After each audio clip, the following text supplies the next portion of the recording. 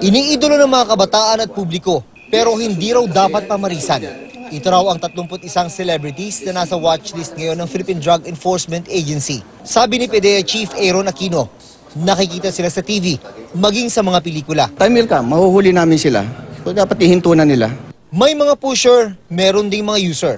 Ang kanila umanong ginagamit, cocaine, party drugs, shabu at marijuana. Ang watchlist ay nakabase sa pag-amin ng ilang naarestong drug dealer at mga usapan sa telepono. Most of them, parang 3 lang yata ang matanda. Most of them are young. Pero aminado si Aquino na kailangan pa ng mas malalim na validation sa mga artistang sangkot sa illegal na droga. Sabi naman ng Malacanang, do we expect the release of the names of the celebrities? I think the PDEA will have to get permission from the president before they can do that. pero sabi ni Aquino, wala silang balak na ilabas ang listahan, lalo pat hindi pa validated ang mga pangalan. June Veneracion, GMA News.